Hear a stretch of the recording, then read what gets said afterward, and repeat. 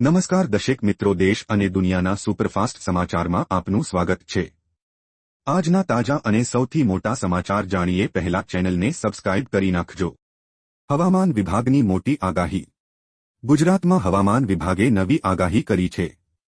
તે અનુસાર આવનારા 3 દિવસ પછી ગરમી વધશે। તે દરમિયાન તાપમાનમાં 2 થી 3 ડિગ્રીનો વધારો થશે। ગરમી વધતા લોકોને પરસેવે રેબઝેબ થવાનો વારો આવવાનો છે। હાલ ઉત્તર પશ્ચિમ ઉત્તરના પવન ફૂંકાઈ રહ્યા છે, જેના કારણે આવતા 3 દિવસ તાપમાન હાલ જેવું રહેશે, જ્યારે 3 દિવસ બાદ પવનની દિશા બદલાતા તાપમાન વધશે। આ આગાહી મુજબ હાલ રાજ્યમાં વરસાદની કોઈ સંભાવના નથી।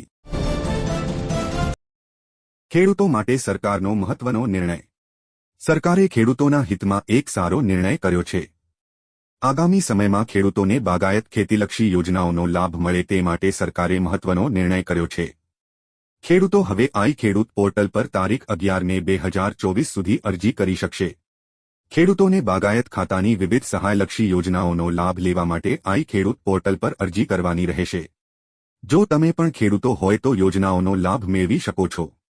માહિતી ખેડૂતો માટે ખૂબ જ ઉપયોગી છે, એટલે અહીંયા ખેડૂત મિત્રોને શેર કરવાનું ના ભૂલતા। આજના સૌથી મોટા ખેડૂત સમાચાર। રાજકોટ માર્કેટ યાર્ડમાં આજે મગફળી, કપાસ, ઘઉં અને બટાકા સહિતના પાકની આવક મોટા પ્રમાણમાં થઈ હતી। આજે રાજકોટ માર્કેટ યાર્ડમાં ટુકડા ઘઉંની 9500 ક્વિન્ટલ આવક થઈ હતી। ટુકડા ઘઉંનો એક અમણનો ભાવ ખેડૂતોને 505 થી 590 રૂપિયા મળ્યા હતા। આ સિવાય રાજકોટ માર્કેટ યાર્ડમાં મગફળીની 3000 ક્વિન્ટલથી વધુ આવક થઈ હતી, જેમાં જાડી મગફળીની 2500 ક્વિન્ટલ આવક થઈ હતી। જાડી મગફળીના ખેડૂતોને 1065 થી 1310 રૂપિયા મળ્યો હતો, જ્યારે ઝીણી મગફળીની 1500 ક્વિન્ટલ આવક થઈ હતી।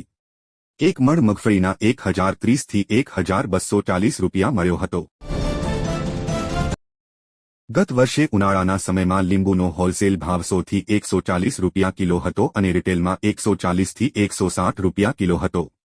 આ વર્ષે પણ ડીસા એપીએમસી શાક માર્કેટમાં લીંબુનો હોલસેલ ભાવ 80 થી 90 રૂપિયા છે અને રિટેલ ભાવ 120 થી 140 રૂપિયા કિલો છે।